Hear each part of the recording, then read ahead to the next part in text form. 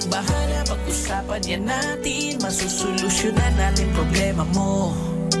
Kaya sabihin mo sa amin ang lahat, ano ang drama mo.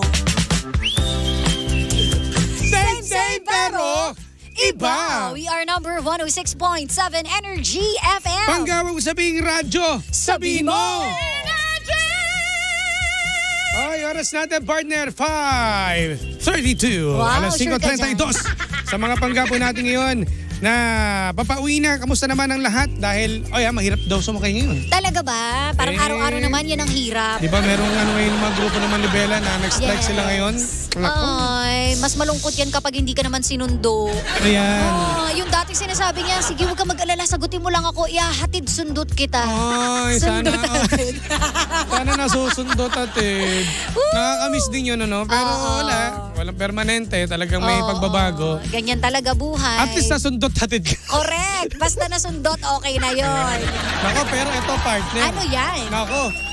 Speaking of sundot hatid. Parang nagus lang ako dun. Kinabahan ako sa'yo kung ano ba yun? Ito yung drama ngayon. Ano. Kasi ito si ate kasi, sobrang kilig nito. Ba't na naman kinikilig yan? Kinilig sa isang MC taxi.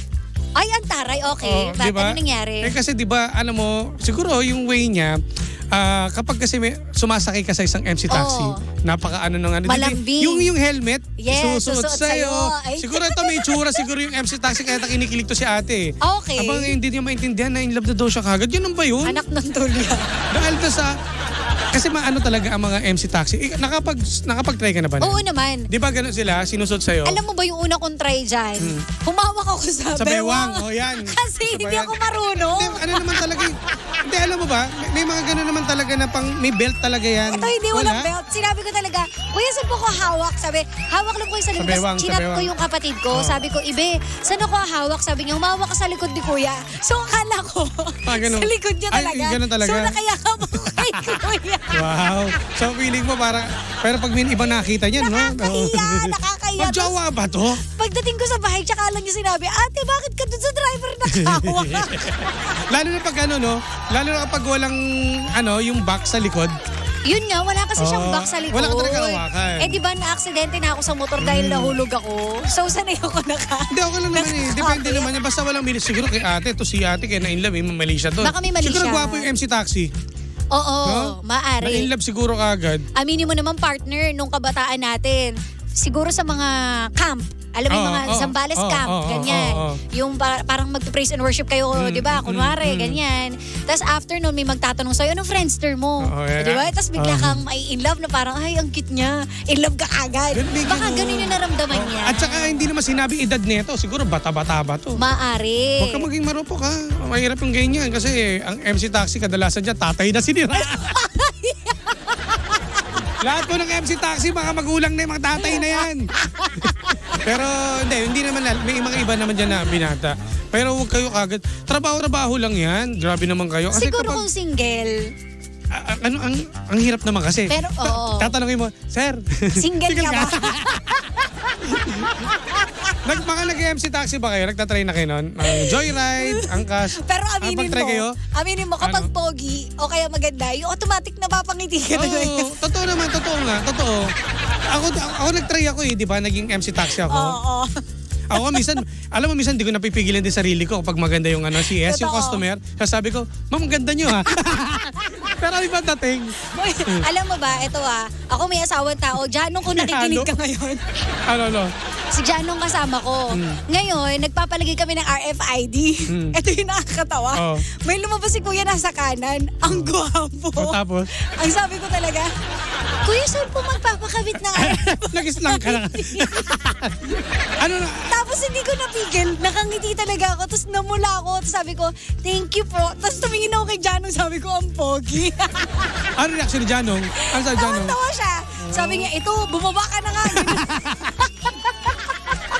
Talaga, minsan talaga magugulat kayo, no? Ano magagawa ko? Gwapo may mga ganun talaga, makakasalumuha tayo. Ang hirap naman kasi puro makasalumuha natin, puro pangit. Siyempre, namamangha tayo na may mga nakikita rin tayong maganda, gwapo. Okay lang naman magandahan. Huwag ka lang mag-I love you, di ba? Tsaka ito ingat lang din. Huwag ka agad tayo ma-in love. Kasi nga, Oo naman. ang paghanga lang, gwapo, maganda, okay na yun. Pero Na-appreciate mo lang. parang gusto mo maging jowa Ay, agad, hindi. iba na yun. Hindi, diba? Sa'yo na may mali. Kaya Oo, Tina. correct. Tawan-tawa talaga ako. Hindi ko napigil. Ang gwapo kasi ni Kuya. Naglakakabit ng RFID. Buti ang bait ni Janong, no? Oo, kasama ko pa si Ibe noon. Tapos hindi ko talaga mabigil. Ay, di si Ibi din, di Si Ibe kinilig rin. din. Sabi, ate, ano ka ba? Sabi ko, gwapo eh. Tapos si Janong lang, nakatahimik lang. Oo, tumatawa rin siya. Sabi ko, nagwapuhan ka din. Sabi na eh. Brad, Janong! Ay, yun lang, nako. yun lang sa Hindi ko mga... kinaya. Ay, ingat lang kasi, di ba? Maraming mga nagiging issue ngayon, di ba? Oo. Yung mga... Ingat din sa mga MC taxi, no? Kasi may mga nag-trending yata napanood ko na gumawa ng issue about dun sa may hold up in daw. Pero alam mo, safest Ano? kasi kapag alam mong ganyan yung trabaho mo, huwag kang mag-engage sa usapan na alam mong papunta na sa ano. Sa ibang ano na. Sa ibang romantic dimension na. level. Oo.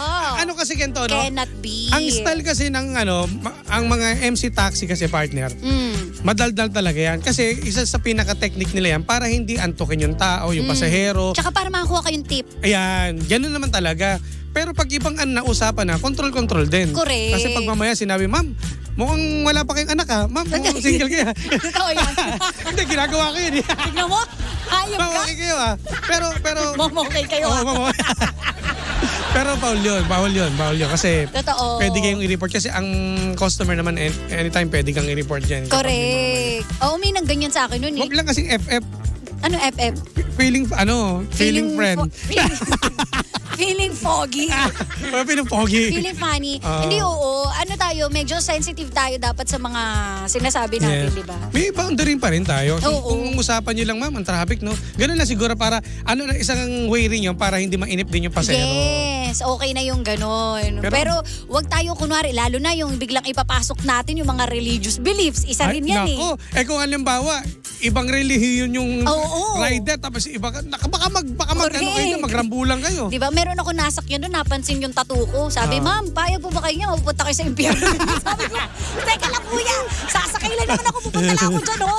Hindi na ako punta sa impyerno. Pero at least ang ginawa mo, hindi ka na nakipagtalo. Hindi naman. Dapat Sabi meron ko, talaga para, kasi hindi Oo. matatapos yan. Sabi ko, goods yan kuya. Nice. Magpapasensya ka na lang talaga. Sabi ko, kuya, for art lang yan. Ko naman. Hindi ko naman pinaano si Taning dyan eh. Pag nagpatato ka pala, no?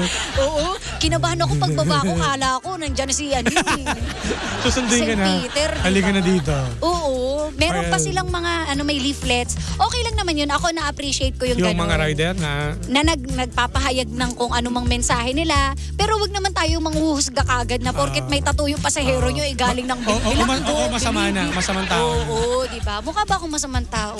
Yung iba nga dyan. Yung iba, tandaan nyo to ha. Ito, partner, tandaan nyo ha. Yung iba nga walang tattoo, samang tao eh. Yung may tattoo pa, yung bintangan nyo. Pag bintangan nyo, yung mga walang tattoo, yung mga karamihan masama eh. Correct. Hindi kaya ako pumapatay ng langgam. Yung ipis nga inaalagaan ko kasi baka may dalang donut para sa pamilya niya. Kaya pala na dumating tayo dito, may pahabol. O, di ba? Ay, dyan yung alaga ko. Kasabay mo pa uwi. Grabe ka naman. Ay, Okay naku. lang, ano lang tayo mga okay lang yung makipagkwentuhan pero kapag medyo sobra na, pigilan din natin sarili natin. Yes, huwag tayong magtatanungan ng favorite number sa electric fan, favorite color mo, ma'am. Ganun, wag.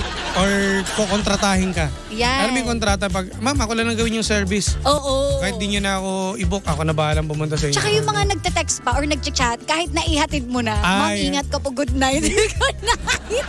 May nagalan ba sa'yo? May nagalan sa'yo? May nag-good night sa akin, B. Sinabi ko, good night din.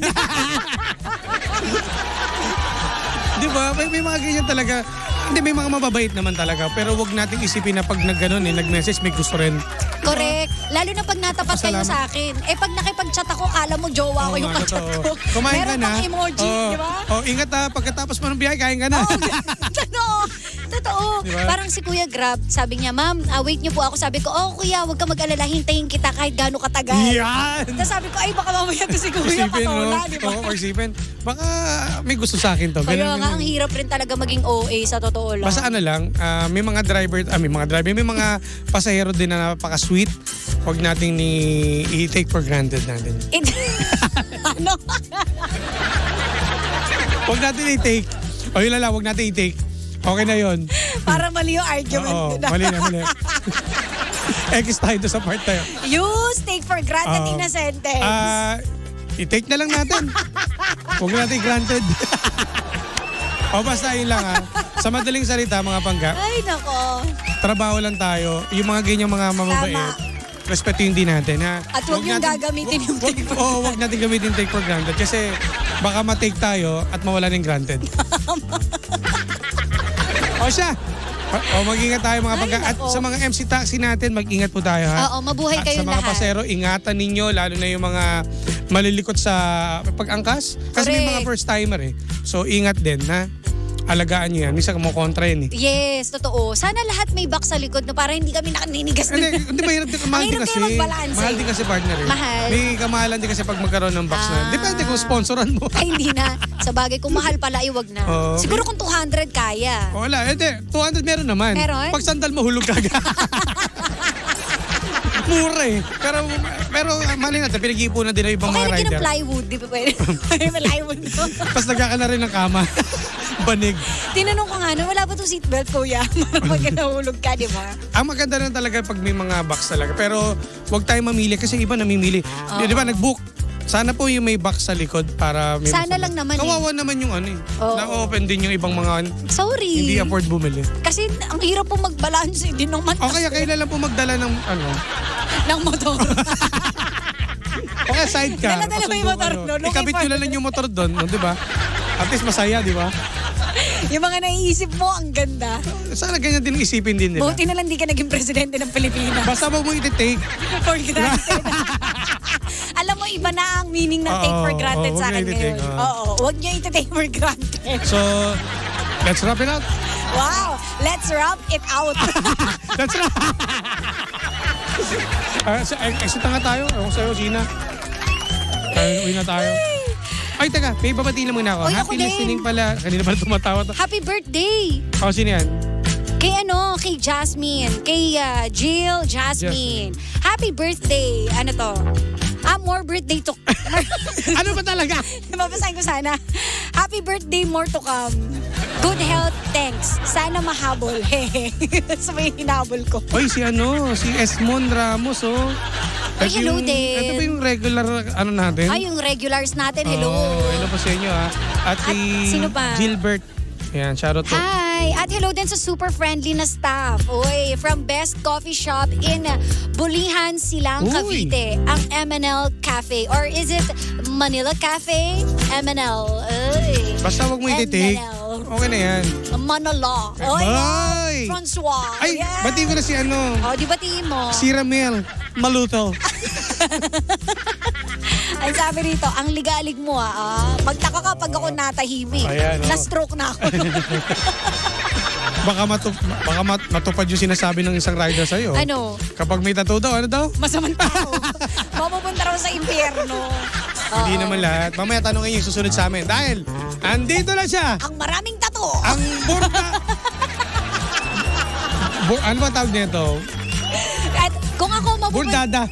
Partner, kung ako mapupunta sa impyerno, ito yung direct link.